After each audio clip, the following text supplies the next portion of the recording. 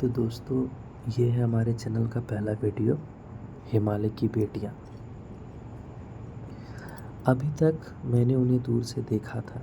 बड़ी गंभीर, शांत, अपने आप में खोई हुई लगती थी। संभ्रांत महिला की भांति वे प्रतीत होती थी। उनके प्रति मेरे दिल में आदर और श्रद्धा के भाव थे।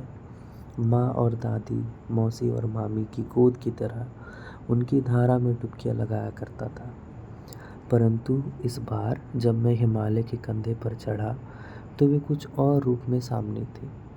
मैं हैरान था कि यही दुबली पतली गंगा, यही यमुना, यही सतलज समतल मैदानों में उतरकर विशाल कैसे हो जाती है।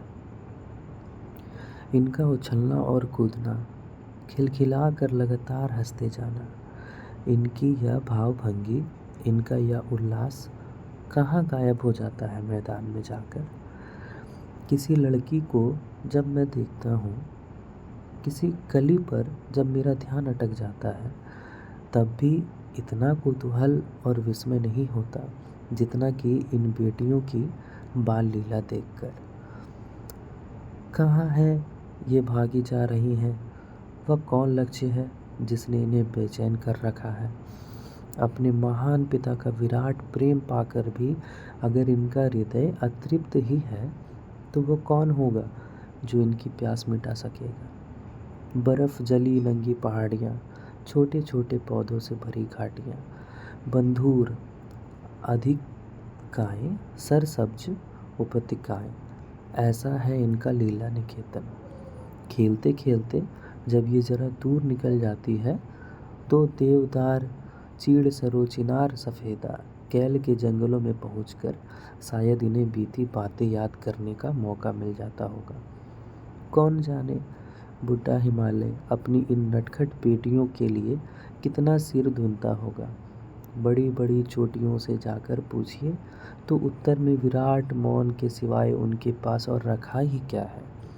सिंधु और ब्रह्मपुत्र, ये दो ऐसे नाम हैं जिनके सुनते ही रावी, सतलज, ब्यास, चनाब, झेलम, काबुल, कपिसा, गंगा, यमुना, सरयू, गंडक, कोसी आदि हिमालय की छोटी बड़ी सभी बेटियां आंखों के सामने नाचने लगती है। वास्तव में सिंधु और ब्रह्मपुत्र स्वयं कुछ नहीं है। दयालु हिमालय के पिघलते हुए दिल का एक एक बूंद ना जाने कब से इकट्ठा होकर इन दो महानदों के रूप में समुद्र की ओर प्रवाहित हो रही है। कितना सौभाग्यशाली है वह समुद्र जिसे पर्वतराज हिमालय की इन दो बेटियों का हाथ पकड़ने का श्रेय मिला, जिन्होंने मैदानों में ही इन नदियों को देखा होगा।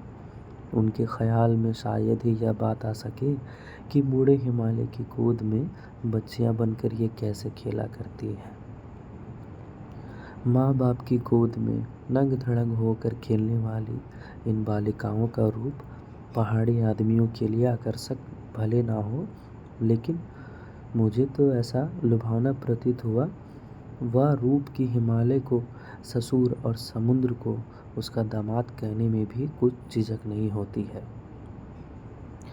कालिदास के विरही यक्ष ने अपने मेघदूत से कहा था, विद्रवती नदी को प्रेम का प्रतिदान देने जाना, तुम्हारी वह प्रेयसी तुम्हें पाकर अवश्य ही प्रसन्न होगी। यह बात इन चंचल नदियों को देखकर मुझे अचानक याद आ गई और सोचा कि शायद उस महाकवि को भी नदियों का सचेतन रूपक पसंद था। दरअसल जो भी कोई नदियों को पहाड़ी घाटियों और समतल आंगनों के मैदानों में जुदा जुदा शक्लों में देखेगा, वह इसी नतीजे पर पहुंचेगा।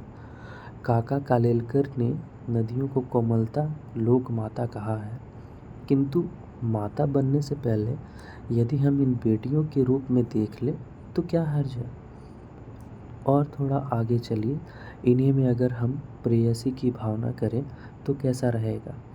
ममता का एक और भी धागा है जिसे हम इनके साथ जोड़ सकते हैं। बहन का स्थान कितने कवियों ने इन नदियों को दिया है। एक दिन मेरी भी ऐसी भावना हुई थी। थो लिंग तिब्बत की बात है, मन उचट गया था, तबीयत ढीली थी, सतलज के किनारे जाकर बैठ गया। दोपहर का समय था। पैर लटका दिए पानी में। थोड़ी ही देर में उस प्रगतिशील जल ने असर डाला। तन और मन ताज़ा हो गया। तो लगा मैं गुनगुनाने, जय हो सतलज बहन तुम्हारी, लीला अचरज बहन तुम्हारी। हुआ मुदित मन हटा खुमारी, जाऊं मैं तुम पर बलिहारी। तुम बेटी या बाप हिमालय, चिंतित पर चुपचाप हिमालय। प्रकृति नटी के चित्रित पट पर, अनुपम अद्भुत छाप हिमालय। जय हो सतलज बहन तुम्हारी। तो थैंक यू दोस्तों, इस वीडियो में इतना ही। मिलते हैं अगले वीडियो में।